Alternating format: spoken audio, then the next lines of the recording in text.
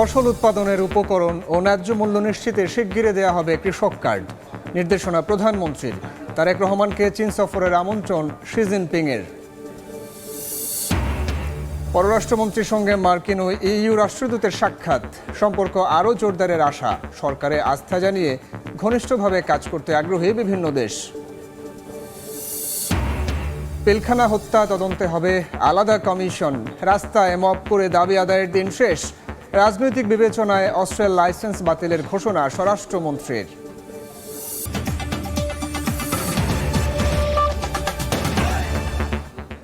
জনপদের সময় সঙ্গে আছি আমি সাইফুল রুদ্র। সরকার গঠনের এক সপ্তাহের মাথায় প্রতিশ্রুতি অনুযায়ী কৃষক কার্ড চালুর উদ্যোগ নিয়েছেন প্রধানমন্ত্রী তারেক রহমান। দুপুরে সচিবালয়ে তার সভাপতিত্বে আন্তঃমন্ত্রণালয়ের সভা শেষে তথ্যমন্ত্রী জানান, যত দ্রুত সম্ভব কৃষক কার্ড দেয়া শুরু হবে। এর মাধ্যমে উৎপাদন সম্পর্কিত সব সুবিধা পাবেন কৃষকরা। এর আগে তারেক রহমানের সঙ্গে সাক্ষাৎ করে চীনের প্রেসিডেন্টের শুভেচ্ছা বার্তা এবং বেইজিং সফরের আমন্ত্রণ পৌঁছে দেন রাষ্ট্রদূত ইয়াও ওয়েন। এদিন প্রথমবার সশস্ত্র বাহিনী বিভাগে অফিস করেন প্রধানমন্ত্রী। সরকার গঠনের পর থেকেই সচিবালয়ে নিয়মিত অফিস করছেন প্রধানমন্ত্রী তারেক রহমান। সোমবার সকাল 9:30টার দিকে প্রশাসনের প্রাণকেন্দ্রে আসেন তিনি। দুপুরে মন্ত্রিপরিষদ বিভাগের সম্মেলন কক্ষে প্রধানমন্ত্রীর সভাপতিত্বে কৃষক কার্ড চালু নিয়ে আন্তঃমন্ত্রণালয় সভা অনুষ্ঠিত হয়। এতে অংশ নেন অর্থ, কৃষি, ভূমি, খাদ্য, স্থানীয় সরকার সহ সংশ্লিষ্ট মন্ত্রণালয়ের মন্ত্রী, প্রতিমন্ত্রী ও ঊর্ধ্বতন কর্মকর্তারা। বৈঠক শেষে এ বিষয়ে জানান তথ্য ও সম্প্রচার মন্ত্রী। আমাদের যে প্রতিশ্রুতি কৃষক কার্ড দেয়া, মাননীয় প্রধানমন্ত্রীর নির্দেশ এবং তার পরামর্শ হচ্ছে যত দ্রুত সম্ভব এটা করা যায়। এই কার্ডটা পেলে একজন কৃষকের উৎপাদনের সঙ্গে সংশ্লিষ্ট সকল ধরনের সুযোগ সুবিধাই তিনি পাবেন। কৃষি যন্ত্রপাতি সহজলভ্য করা, তাকে আপনার সার, কীটনাশক, বীজ, অল কৃষি উপকরণ, যে কোনো ধরনের সহযোগিতা তাকে করা। এর আগে বেলা 11টার দিকে প্রধানমন্ত্রীর সঙ্গে সৌজন্য সাক্ষাৎ করেন ঢাকায় নিযুক্ত চীনের রাষ্ট্রদূত ইয়াও ওয়েন।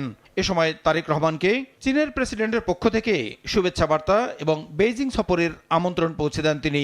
পরে এই বৈঠক নিয়ে ব্রিফ করেন প্রধানমন্ত্রীর পররাষ্ট্র বিষয়ক উপদেষ্টা হুমায়ুন কবির। সৌজন্য সাক্ষাৎ, উনি প্রধানমন্ত্রী নির্বাচিত হওয়ার পরে ওনাকে কনগ্রাচুলেশন জানানোর জন্য এবং চায়নার প্রেসিডেন্ট শি জিনপিং সাহেবের পক্ষে এবং চায়নার প্রিমিয়ার লি কুয়াংয়ের পক্ষে উনি শুভেচ্ছা জানাইছেন। China important strong development partner বাংলাদেশের। এই সম্পর্ক তাতে কীভাবে আরও জোরদার করা যায় এবং এটা নতুন মাত্রায় নিয়ে কাজ করা, বাংলাদেশের ডেভেলপমেন্ট নিয়ে কাজ করা। সচিবালয়ে আসার আগে প্রথমবার সশস্ত্র বাহিনী বিভাগে অফিস করেন প্রধানমন্ত্রী তারেক রহমান। তাকে স্বাগত জানান তিন বাহিনীর প্রধান। তিন বাহিনীর প্রধানের সঙ্গে শুভেচ্ছা বিনিময় শেষে লেফটেন্যান্ট জেনারেল মীর মুশফিকুর রহমান এবং মেজর জেনারেল কায়সার রশিদ চৌধুরীকে র্যাঙ্ক ব্যাজ পরিয়ে দেন প্রধানমন্ত্রী তারেক রহমান। প্রসূন আশিস, সময় সংবাদ, ঢাকা।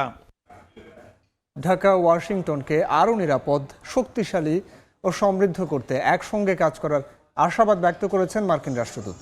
অংশীদারিত্ব ও সহযোগিতা চুক্তি সইয়ের আশা প্রকাশ করেছেন ইইউ রাষ্ট্রদূত। পররাষ্ট্রমন্ত্রী জানিয়েছেন, সরকারের প্রতি আস্থা জানিয়ে আরও ঘনিষ্ঠভাবে কাজ করার আগ্রহ প্রকাশ করেছে বিভিন্ন দেশ। সাতিলা শারমিনের রিপোর্ট। পররাষ্ট্র মন্ত্রণালয়ে ব্যস্ত সময় পার করেছেন নতুন পররাষ্ট্রমন্ত্রী খলিলুর রহমান ও প্রতিমন্ত্রী শামা ওবায়দ ইসলাম। সোমবার সকালে মন্ত্রণালয়ে আসেন মার্কিন রাষ্ট্রদূত ব্রেন্ট ক্রিস্টেনসেন। পররাষ্ট্রমন্ত্রী, প্রতিমন্ত্রী এবং সচিবের সঙ্গে আলাদা বৈঠক করেন তিনি। পরে সামাজিক যোগাযোগ মাধ্যমের পোস্টে পররাষ্ট্রমন্ত্রী হিসেবে নতুন দায়িত্ব নেওয়ায় ডক্টর খলিলুর রহমানকে অভিনন্দন জানান মার্কিন রাষ্ট্রদূত। দুই দেশকে আরও নিরাপদ, শক্তিশালী ও সমৃদ্ধ করতে একসঙ্গে কাজ করার আশাবাদ জানান তিনি। এরপরে পররাষ্ট্র মন্ত্রণালয়ে আসেন ইউরোপীয় ইউনিয়ন মিশনের প্রধান মাইকেল মিলারের নেতৃত্বে Spain, Germany, Norway, France, Denmark সহ 8টি দেশের রাষ্ট্রদূত। মন্ত্রী, প্রতিমন্ত্রী, সচিবের সঙ্গে বৈঠক শেষে ইইউ রাষ্ট্রদূত মাইকেল মিলার ইউরোপের সঙ্গে অংশীদারিত্ব ও সহযোগিতা চুক্তি দ্রুততম সময়ে সইয়ের আশা জানান। একই সঙ্গে অন্তর্বর্তী সরকারের সংস্কারের ধারাবাহিকতা বর্তমান সরকারও অব্যাহত রাখবে বলে আশা প্রকাশ করেন। We are looking at this new government to continue with a series of reforms that were launched under the previous administration. We look forward to the putting in place of judicial reforms, of the commercial courts, of work to introduce regularity into migration management. These are all particularly important issues for us. Our partnership and cooperation agreement is very near finalisation, and we do hope that we will be in a position to sign this together with Bangladesh in the nearest possible future. পররাষ্ট্রমন্ত্রী বলেন, নতুন সরকারের প্রতি আস্থা জানিয়েছে যুক্তরাষ্ট্র, ইউরোপীয় union, চীন, ভারত, পাকিস্তান, সৌদি আরব সহ বিভিন্ন দেশ। একসঙ্গে কাজ করার আগ্রহ প্রকাশ করেছে দেশগুলো। আমরা বলেছি যে আমাদের মোটো হচ্ছে বাংলাদেশ ফার্স্ট, এবং আমরা স্বাধীনতা, সার্বভৌমত্ব, পরস্পরের আভ্যন্তরীণ ব্যাপারে হস্তক্ষেপ না করার মূলনীতির ওপর আমাদের কার্যক্রম প্রতিষ্ঠিত থাকবে। তাদের মধ্যে আমি লক্ষ্য করেছি এই সরকারের প্রতি বিপুল আস্থা, ঘনিষ্ঠভাবে কাজ করবার তাদের যে একটা প্রবল ইচ্ছা, সেটা আমরা দেখেছি। আগামী দিনে বহুমাত্রিক কূটনীতি পরিচালনার আশা প্রকাশ করেন পররাষ্ট্রমন্ত্রী। বৈঠক শুরু করেছি। শাতিলা শারমিন, সময় সংবাদ, ঢাকা। আলাদা কমিশন করে পিলখানা হত্যাকাণ্ড পুনঃতদন্ত করা হবে বলে জানিয়েছেন স্বরাষ্ট্রমন্ত্রী সালাউদ্দিন আহমদ। দুপুরে সচিবালয়ে আইনশৃঙ্খলা কমিটির বৈঠক শেষে তিনি জানান, লটারিতে নয়, পুলিশের রদবদল হবে যোগ্যতার ভিত্তিতে। নিয়োগ দেওয়া হবে 2700 কনস্টেবল। রাজনৈতিক বিবেচনায় দেয়া অস্ত্র ও গুলির লাইসেন্স বাতিলের ঘোষণা দেন তিনি। দাবি আদায়ের নামে রাস্তায় মব তৈরি করতে দেয়া হবে না বলেও হুঁশিয়ার করেন স্বরাষ্ট্রমন্ত্রী। 2009-এর ফেব্রুয়ারিতে পিলখানা ট্র্যাজেডির ঘটনায় বেশ কয়েকবার তদন্ত করা হয়। এরই মধ্যে বিচারও কার্যকর হয় বেশ কিছু বিডিআর জওয়ানের। সবশেষ কমিশনের মাধ্যমে একটি তদন্ত প্রতিবেদন দেওয়া হয় অন্তর্বর্তী সরকারের কাছে। সোমবার সচিবালয়ে প্রথমবার বিভিন্ন দপ্তর ও সংস্থার প্রধানের সঙ্গে বৈঠক করেন স্বরাষ্ট্রমন্ত্রী সালাউদ্দিন আহমেদ। পরে জানান, কমিশন গঠন করে পিলখানা হত্যার পুনঃতদন্ত করা হবে। তদন্ত কমিশন গঠন করার কথা বলেছি, আমাদের প্রতিশ্রুতি আছে, ইশতেহারের মধ্যেও আছে যে আমরা বিডিআর গঠনটা পুনঃতদন্ত অথবা একটা কমিশন গঠন করে কমিশনের রিপোর্ট অনুসারে কাজ করব। সেটার জন্য আমরা ন্যায় বিচার প্রতিষ্ঠার জন্য প্রতিশ্রুতিবদ্ধ। অভ্যুত্থানের পর থেকে অন্তর্বর্তী সরকারের পুরোটা সময় আতঙ্কের নাম মব। দাবি আদায়ের নামে রাস্তা আটকে দেয়া যেন নিয়মে পরিণত হয়। তবে স্বরাষ্ট্রমন্ত্রীর সোজা কথা, দাবি আদায়ের নামে রাস্তা আটকে আর মব তৈরি করতে দেয়া হবে না। আমরা রিয়েক্ট করব খুব কঠোরভাবে। দেশে কোনো মব কালচার থাকবে না, এবং মব সৃষ্টির মাধ্যমে সড়ক অবরোধের মাধ্যমে দাবি আদায় করার জামানা শেষ। বৈধ পন্থায় স্মারকলিপি দেবে, মিছিল করবে, সমাবেশ করবে, আদালতে যাবে। 5 আগস্টের পর হয়রানিমূলক মামলার বিষয়ে খতিয়ে দেখা হবে জানিয়ে স্বরাষ্ট্রমন্ত্রী বলেন, পুলিশের কাজে বাধা দিলে নেওয়া হবে ব্যবস্থা। ক্ষমতার অপব্যবহার করলে ছাড় পাবে না পুলিশও। শিগগিরই 2700 কনস্টেবল নিয়োগ দেওয়া হবে জানিয়ে মন্ত্রী বলেন, লটারি নয়, পুলিশের রদবদল হবে যোগ্যতা ও প্রয়োজনের ভিত্তিতে। পুলিশের সব পর্যায়ে আমাদের জনবলের অভাব আছে। 2701 জন কনস্টেবলের পদ খালি আছে, সেটা জরুরি ভিত্তিতে নিয়োগের জন্য আগের বিদ্যমান প্রক্রিয়ায় আমরা নির্দেশ দিয়েছি। শেখ হাসিনার আমলে লাইসেন্স দেয়া অস্ত্রের রিভিউ, পাসপোর্ট অফিসের ভোগান্তি কমাতে উদ্যোগ নেয়ার কথা জানান স্বরাষ্ট্রমন্ত্রী। তারা লাইসেন্স পাওয়ার উপযুক্ত কিনা আইন অনুসারে সেগুলো সবই যাচাই বাছাই করা হবে। সানবীর রূপল, সময় সংবাদ, ঢাকা। 12 মার্চ বেলা 11টায় বসছে ত্রয়োদশ সংসদের প্রথম অধিবেশন। সংবিধানের 72 অনুচ্ছেদের প্রথম দফায় প্রদত্ত ক্ষমতা বলে অধিবেশন আহ্বান করেছেন রাষ্ট্রপতি মোহাম্মদ শাহাবুদ্দিন। জাতীয় সংসদ সচিবালয়ের আইন প্রণয়ন শাখা থেকে পাঠানো বিজ্ঞপ্তিতে এই তথ্য জানানো হয়। এর আগে 12 ফেব্রুয়ারি নির্বাচনে ভূমিধস জয়ে সরকার গঠন করে বিএনপি। প্রধানমন্ত্রীর দায়িত্ব গ্রহণ করেন তারেক রহমান। বিরোধী দলীয় নেতা হন জামায়াতের আমির ডাক্তার শফিকুর রহমান। প্রথম অধিবেশনে স্পিকার ও ডেপুটি স্পিকার চূড়ান্ত হবে। একই দিন অন্তর্বর্তী সরকারের আমলে জারি করা অধ্যাদেশগুলো উপস্থাপন করা হবে, আনা হবে শোক প্রস্তাব।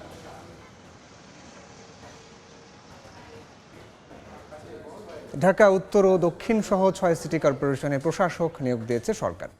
নিয়মনীতি থাকার কারণে সিটি কর্পোরেশনে প্রশাসক নিয়োগের কথা জানিয়েছেন স্থানীয় সরকার মন্ত্রী মির্জা ফখরুল ইসলাম আলমগীর। তিনি জানান, কিছু প্রথা আছে, সেগুলো শেষ করেই অল্প সময়ের মধ্যে সিটি নির্বাচন দেয়া হবে।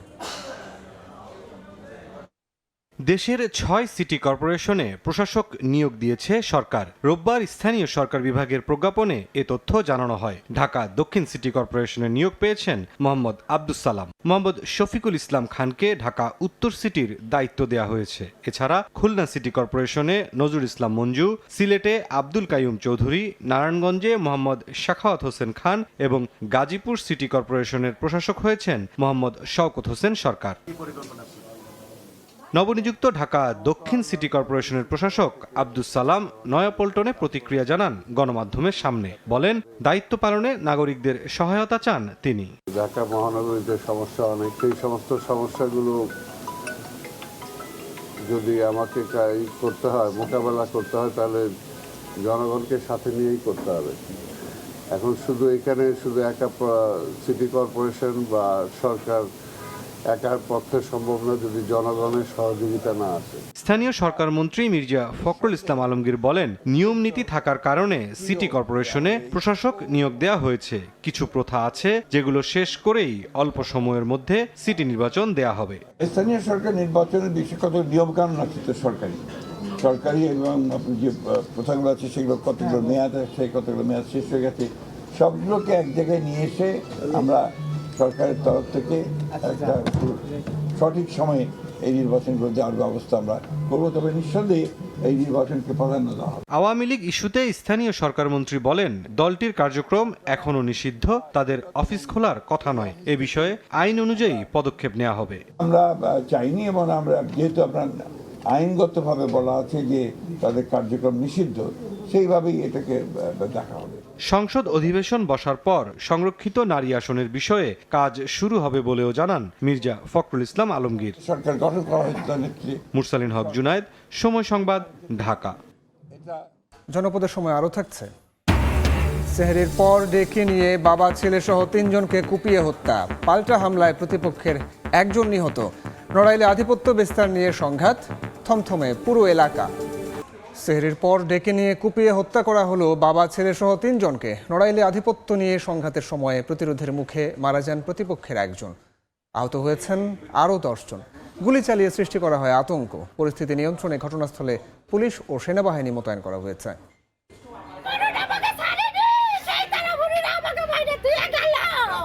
আধিপত্য নিয়ে দুপক্ষের দ্বন্দ্ব, প্রতিপক্ষের আঘাতে প্রাণ গেল বাবা ছেলে সহ 4 জনের। নড়াইল সদর উপজেলার সিংগাসলপুর ইউনিয়নের সাবেক চেয়ারম্যান খায়রুজ্জামান খয়ের ও নিউটনদের মধ্যে দীর্ঘদিন ধরে বিরোধ চলছিল। এ নিয়ে একাধিকবার পাল্টাপাল্টি হামলা হয়। এরই জেরে সোমবার ভোরে খয়ের চেয়ারম্যানের লোকজন নিউটনের সমর্থকদের ওপর হামলা চালায় বলে অভিযোগ ওঠে। গুলি চালিয়ে সৃষ্টি করা হয় আতঙ্ক। এ সময় খলিল শেখ, ছেলে তাহাজ্জুদ শেখ ও চাচাতো ভাই ফেরদৌস শেখকে এলোপাথারি কুপিয়ে ঘটনাস্থলে হত্যা করা হয়। আহত হন আরও 10 জন। তাদের উদ্ধার করে হাসপাতালে নেওয়া হলে আরও 1 জনকে মৃত ঘোষণা করেন চিকিৎসক। লাইট বন্ধ করে দিয়ে মারিছে। খয়ের মোল্লা মাহবুব বললো, মানে বহুত লোক টিটো সাথে মারাও ছিল, এরা এসে গুলি করতেছে। এর সুস্থ বিচার চাই, খয়ের মোল্লার পাশে চাই। খবর পেয়ে ঘটনাস্থল পরিদর্শন করেন নড়াইল 1 আসনের সংসদ সদস্য বিশ্বাস জাহাঙ্গীর আলম। প্রকৃত ভাবে তারা যেন শাস্তির আওতায় আসে, সেটাই আমি প্রশাসনের কাছে অনুরোধ জানাচ্ছি। জড়িতদের বিরুদ্ধে ব্যবস্থা নেওয়ার কথা জানিয়েছে পুলিশ। আসামিদেরকে ধরার ব্যাপারে আমরা অভিযানের অব্যাহত রাখছি। হামলার ঘটনায় এলাকায় সেনাবাহিনী ও পুলিশ মোতায়েন করা হয়েছে। সময় সংবাদ, নড়াইল। জনপদের সময় আরও থাকছে। 1 মার্চ থেকে শুরু হচ্ছে অভয় আশ্রমে মাছ ধরায় নিষেধাজ্ঞা। জীবিকা ও ঋণ নিয়ে দুশ্চিন্তায় পটুয়াখালীর জেলেরা। যথাসময়ে সরকারি সহায়তা নিশ্চিতের দাবি। চাঁদাবাজি নয়, যাত্রী উঠানোর সিরিয়ালের দ্বন্দ্বেই রাজধানীর যাত্রাবাড়িতে পিটিয়ে হত্যা করা হয় লেগুনা চালক খায়রুলকে। এ ঘটনায় 3 জনকে গ্রেফতার করা হয়েছে। রোববার রাতে যাত্রাবাড়িতে সংবাদ সম্মেলনে র্যাব জানায়, প্রাথমিক জিজ্ঞাসাবাদে গ্রেফতার সোহান মুন্সি, হৃদয় ও শাকিল ঘটনার দায় স্বীকার করেছেন। লেগুনায় যাত্রী উঠানোর সিরিয়াল নিয়ে খায়রুলের সঙ্গে তাদের ঝগড়া বাঁধে। এক পর্যায়ে বেধড়ক মারধরে খায়রুলের মৃত্যু হয়। আসামি ও ভিকটিম কারো সঙ্গে রাজনৈতিক সংশ্লিষ্টতা পাওয়া যায়নি বলেও জানায় র্যাব। তাদের প্রত্যেকের বিরুদ্ধে বিভিন্ন থানায় মাদকসহ একাধিক মামলা রয়েছে।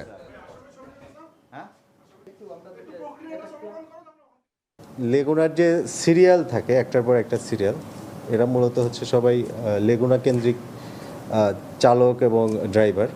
এই সিরিয়ালকে কেন্দ্র করে ওনাদের মধ্যে কথা কাটাকাটি হয়।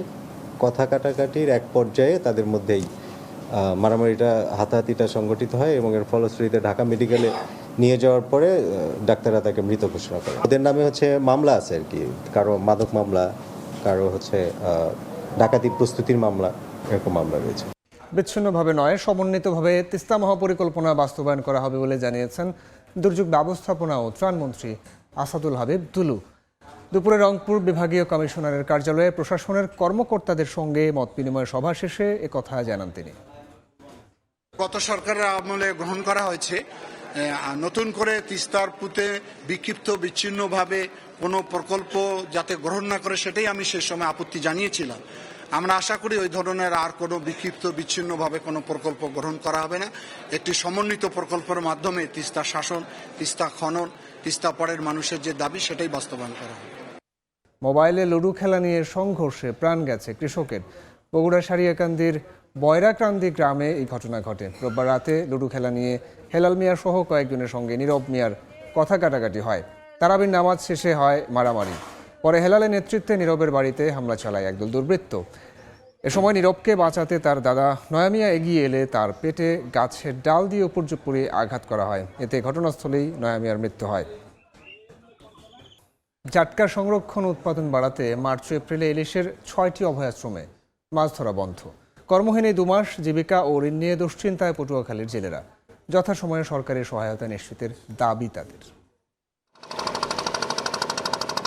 1 মার্চ থেকে 30 এপ্রিল এ 2 মাস দেশের 6টি অভয়াশ্রমে সব ধরনের মাছ ধরা নিষেধ। জাটকা সংরক্ষণ ও উৎপাদন বাড়াতে প্রতি বছর এ নিষেধাজ্ঞা দেয়া হয়। এ সময় মাছ শিকার, সংরক্ষণ, পরিবহন ও বিপণনও নিষিদ্ধ। নিষেধাজ্ঞা শুরু হতে 1 সপ্তাহ সময় নেই। এরপর আর নদীতে জাল ফেলতে পারবে না জেলেরা। এরই মধ্যে পটুয়াখালীর অনেক ঘাটে ট্রলার ভিড়তে শুরু করেছে। কর্মহীন এ 2 মাস জীবিকা ও ঋণ নিয়ে দুশ্চিন্তায় জেলেরা। এ কারণে যথাসময়ে সরকারি সহায়তা নিশ্চিতের দাবি তাদের। পাশাপাশি এ সময়ে এনজিওর কিস্তি বন্ধ রাখার দাবিও তাদের। যেখানে মাছ পাই এত আমাকে মিনমতো সংসার চলে না, আমরা কিস্তি মিস্তি লইয়া স্যার খুবই অভাবে আছি। আমরা মাছ ধরা নিষিদ্ধ, মানে দেশের সম্পদ বাঁচাইতে হবে, আমাকেও চলতে হইব। প্রত্যেকটা জেলে 2, 3 লাখ, 4 লাখ, 5 লাখ টাকা করে ঋণ সরকার যেটা আমাকে দিতে আছে ওইটা আমরা পরিপূর্ণভাবে পাই, তাহলে আমাকে জেলেদের সংসার চলে। এদিকে নিষেধাজ্ঞা সফল করতে সব ধরনের প্রস্তুতি নেওয়া হয়েছে বলে জানায় মৎস্য বিভাগ। মাইকিং, লিফলেট প্রচার, তারপর বিভিন্ন মসজিদে ইমাম সাহেবদের মাধ্যমেও আমরা প্রচার করব যে এই সময়টা যেন জেলেরা ওই অভয়াশ্রম এলাকায় কেউ মাছ ধরতে না নামে। খাদ্য নিরাপত্তার জন্য সরকারের পক্ষ থেকে ভিজিএফ চাল বিতরণ করা হবে। পটুয়াখালীতে নিবন্ধিত জেলের সংখ্যা ৭৬,৪৩২ জন। তবে মোট জেলের সংখ্যা 1 লাখেরও বেশি। এরই মধ্যে নিষেধাজ্ঞাকালে ৫০,৭৫০ জন জেলেকে প্রতি মাসে 40 কেজি করে চাল দেবে সরকার। সময় সংবাদ, পটুয়াখালী। জনপদের সময়ের শীর্ষ সংবাদগুলো জানাবো আরও একবার। ফসল উৎপাদনের উপকরণ ও ন্যায্য মূল্য নিশ্চিতে শিগগিরই দেয়া হবে কৃষক কার্ড। নির্দেশনা প্রধানমন্ত্রীর। তারেক রহমানকে চীন সফরের আমন্ত্রণ শি জিনপিংয়ের।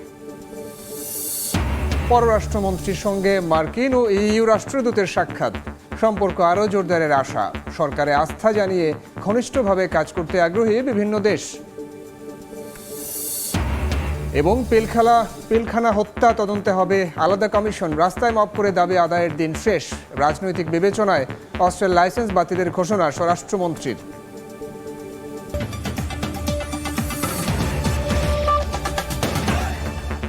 এ ছিল জনপদের সময়। এরপর রাতের সময় নিয়ে সঙ্গে থাকবেন সহকর্মী জাফর সাদিক। ধন্যবাদ রুদ্র। রাতের সময় নিয়ে আসছি কিছুক্ষণ পর, সঙ্গে থাকুন সময়।